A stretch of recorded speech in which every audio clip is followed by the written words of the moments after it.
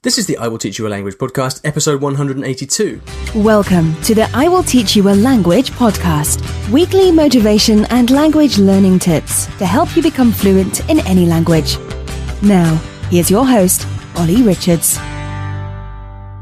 Good morning, everybody. Welcome back to the I Will Teach You a Language podcast. This is it's a one-stop shop for language learning tips and advice and motivation. Twice a week, you get new episodes. Today, I'm going to do something a little bit different, and I'm going to talk a bit about what I'm up to in I Will Teach You a Language, in the business, in the what I'm kind of moving towards, which is more like it's kind of like a publishing house in many ways. It's like creating material. There's been a lot of stuff happening recently that's been really well received, and so what I thought I'd do is talk a little bit about behind the scenes and kind of what I'm working on when I'm not learning languages, especially my new conversations project, which is the main thing I'm working on this year, and it's gathering steam rapidly. So I thought I would tell you a little bit about what's going on with that.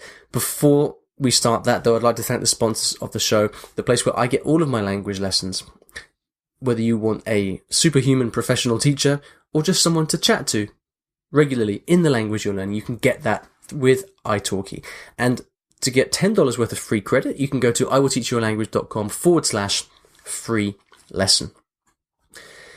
Now, one of the most important things you need to do when you're learning a language is to improve your listening.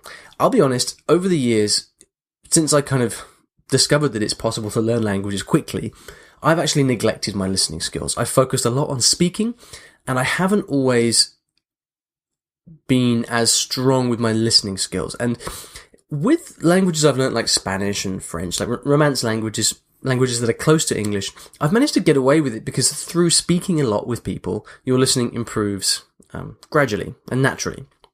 However, since I started learning Asian languages, so Japanese, Arabic, Cantonese, it's been a very different story, and I found that my listening skills have really lagged behind my speaking skills because there's just a lot of difference between the languages, lots of vocabulary you don't know, and so on and so forth.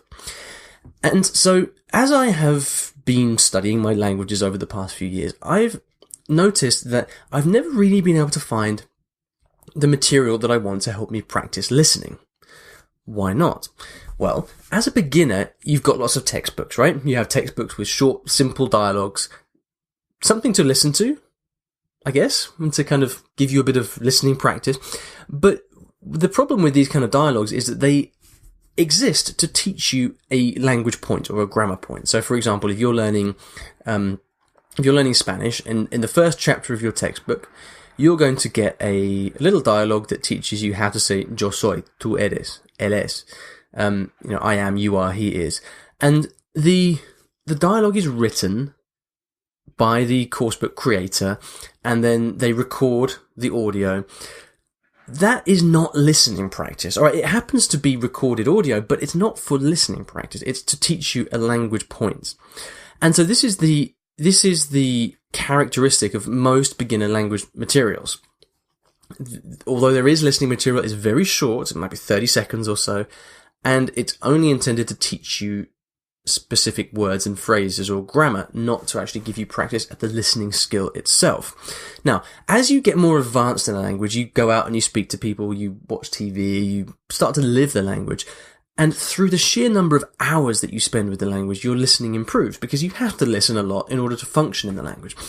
So you've got these two extremes. You've got the beginner's world, where you have short dialogues that are intended to teach you specific words. And then you've got stuff intended for native speakers. So radio, podcasts, TV, websites, things like that, books, magazines, whatever. There is a huge gaping hole in the middle. Now, depending on the language you're learning, you can find material out there. So you might find a kind of, Spanish intermediate textbook in your local bookshop, which has dialogues there for study.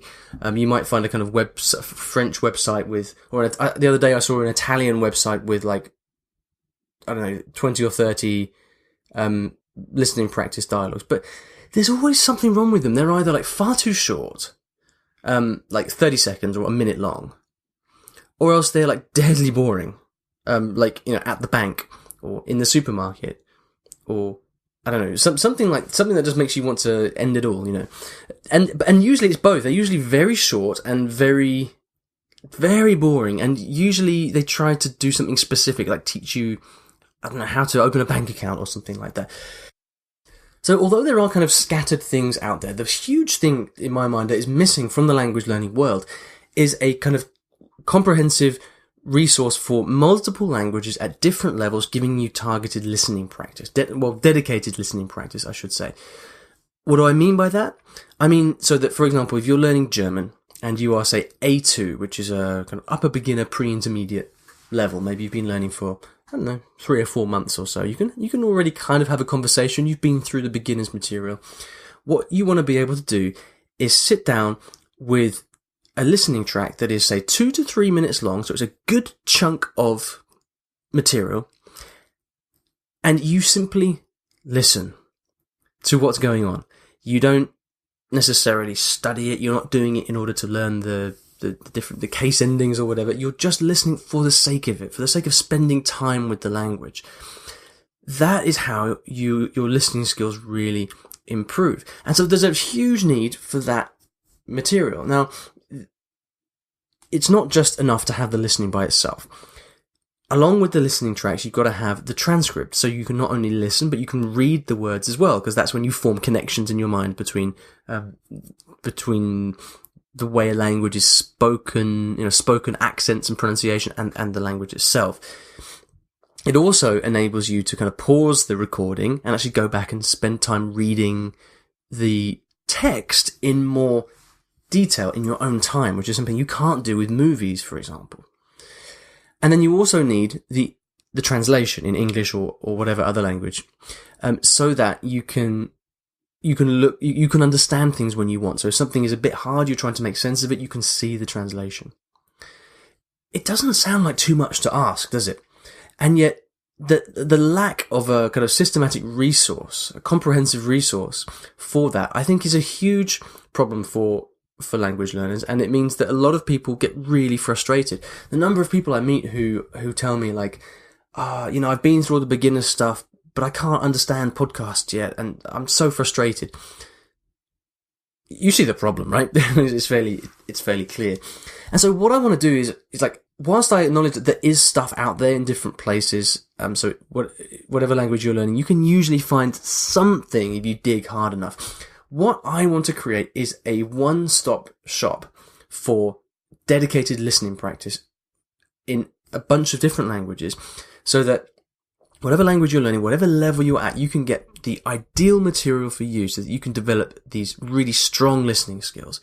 Because when you develop strong listening skills, you understand native speakers. Man, I mean, that is powerful stuff. You know, you don't get nervous anymore because you understand what's being said. You learn new vocabulary much more easily, which means you can use that in speaking as well. There's so many advantages. And so this is the story behind Conversations. Conversations is my new project, and it intends to fill this gap. Now, why is it called Conversations?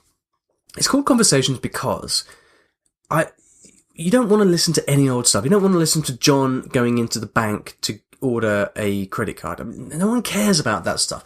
You want to be engaged and interested and inspired by what you listen to. So there is a need for story. Many of you have read my short story books on Amazon, which have been super popular. And one of the reasons that they're so popular is because of the power of story. When you read a story, even if it's in a language you're not so confident with, you're not so strong at, the story itself gives you the motivation and the impulse to keep going and to carry on. And so story is super powerful.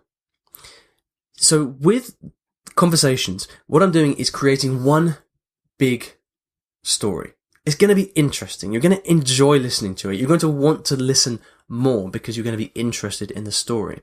It's going to take place over, I think it's 20 different chapters, and it's all set at a specific level. So if it's at the A2, the pre-intermediate level, for example, all of these stories, all of the chapters of the story will be at that A2 level. So you're not going to hear all this crazy stuff coming out of nowhere that's too difficult for you. It's not going to be too easy beginner stuff. We're pitching it exactly at the A2 level. And the only difference, I guess, In fact, this is feedback that came from the testing group that we had on Facebook recently. The main thing that I'm going to be focusing on with this now is that it's going to be very casual spoken language. Okay. My short story books are slightly more literary in a way, although they do have dialogues, but it's focused mainly on, telling the story. What we're doing here with conversations is we're still telling a story, but we're doing it through dialogue and through conversation. So there's no narrative. It's just people talking. One person talking to another person. And we're including lots of casual language. Again, one of the pieces of feedback that came from the focus group was that you guys wanted a bit more slang, a bit more daily language. So we're really trying to make it as casual and as authentic as possible. That's what's going to make it more compelling and interesting than your average kind of textbook. So this is what I'm making, and we've been going for a few months now, actually, behind the scenes. And I started off by actually creating the stories, or a few sample stories in English, and we've set the story in the UK.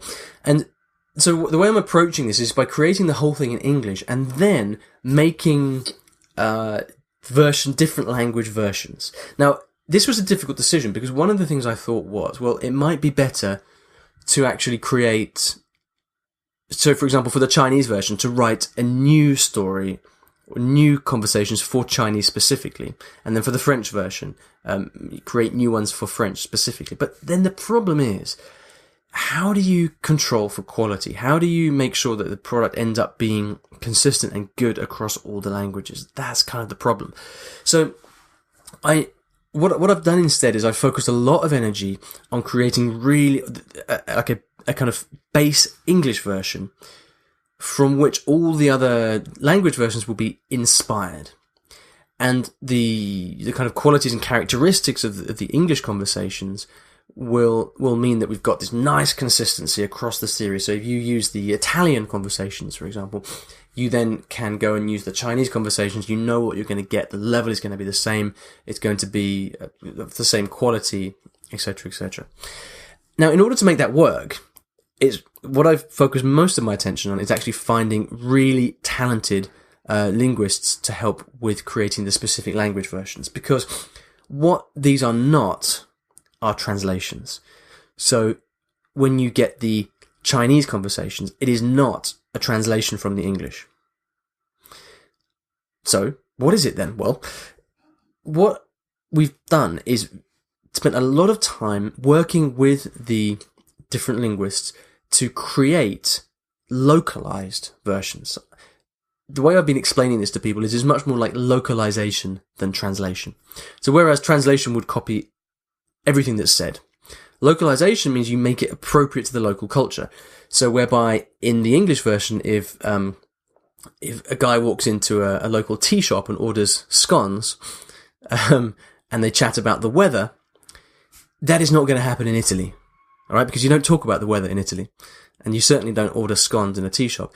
So what's happened is that the individual linguists have had a lot of freedom and creative license to move the conversations from the UK to Italy and make it very, very local, so that the final result is going to be something that is very Italian or very French or very Japanese. And that is how we make sure that you don't end up with this kind of awkward translation of like people in a tea shop in the UK ordering scones but speaking Chinese. It's just crazy, right? The stuff that you listen to has to be authentic. It has to make sense in the local context. So you can probably tell there's been an awful lot of thought going into this. And for me, like as I'm finding more and more in the materials that I produce, the most important thing, the most challenging thing as well, is finding really good people to work with, people that really understand and get this concept. And I'm really lucky now to have a group of people who are very, very talented, really know their stuff, and are going to be working on creating really awesome listening materials for everybody, for the entire language community. We are making 6 languages to start. So we're going to have French, Spanish, Italian, German, Japanese, and Chinese. I really wanted to do more, but you have to start somewhere, right? And the original English dialogues are finishing up. I think they're being finished about now. Actually, at the time of release of this podcast, probably the week before. So as you're listening now, I think last week they will have been finished. So now we're finally starting the finished writing project, which is going to take place over the next few months, where the individual language conversations are going to be created, inspired by the English version. And then after that, we have to do huge rounds of making sure the English translation is correct, the transcriptions. We have to go into professional recording studios and make good quality recordings, because you're going to be listening to this after all. And it's a lot of work. It's extremely expensive to produce, but I believe in this so much that I am hoping that you're going to like this as well, and you're going to find this valuable for your own learning. And if I can help people improve their listening skills in the language they're learning, then that will be a resounding success, and it will have all been worthwhile. So that's a little insight into what's going on.